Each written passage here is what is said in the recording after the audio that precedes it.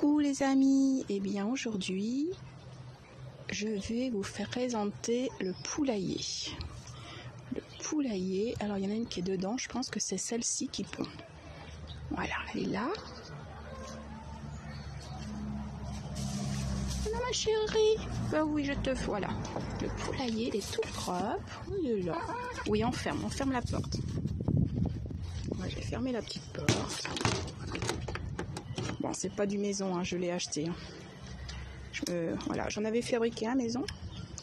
Mais voilà, et là, c'est le nichoir. Le nichoir. Alors là, je vais le fermer. Là, il est tout propre. Il est tout propre. Je l'ai nettoyé au vinaigre blanc. Et j'ai mis aussi... Là, j'ai fait un traitement de fond aux huiles essentielles. J'ai mis de la lavande fine, voilà, en dessous la paille, un petit peu, hein, quelques gouttes. La lavande fine pour les parasites hein, qu'elles peuvent attraper. Voilà, c'est un antiparasitaire. Enfin, c'est de la protection, prévention. Et là, j'en avais fait un autre poulailler, il est là. Celui-là, c'est du maison. Alors, on va regarder ensemble. Un petit bout. Normalement, ils n'y vont pas dans celui-là. Alors, hop. Je vais regarder. Alors, non. Non, il y a... Je sais pas pourquoi qu'elles ne vont pas dans celui-là. Alors, après, donc, comme je disais que pour tout ce qui est petites puces, etc., donc la lavande fine, hein, moi je traite à la lavande fine, mais voilà, autrement, quand j'ai des fleurs de lavande, je mets de la lavande dans le poulailler.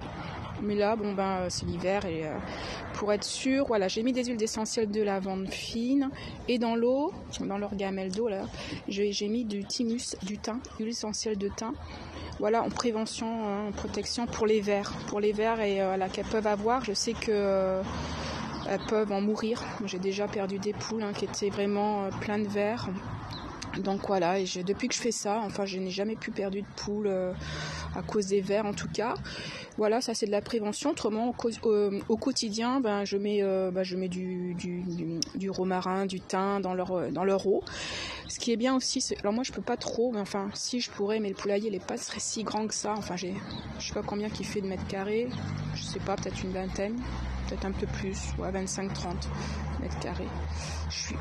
Et ce qui est bien aussi, c'est de mettre et ça je vais le faire, implanter un pied de rue.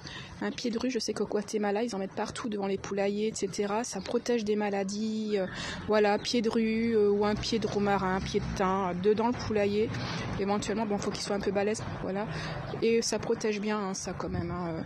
Donc voilà, la présentation de mon petit poulailler avec mes petites poules qui répondent, trop contentes. Donc là, il est tout propre, tout propre. Voilà. Et bien, bonne journée.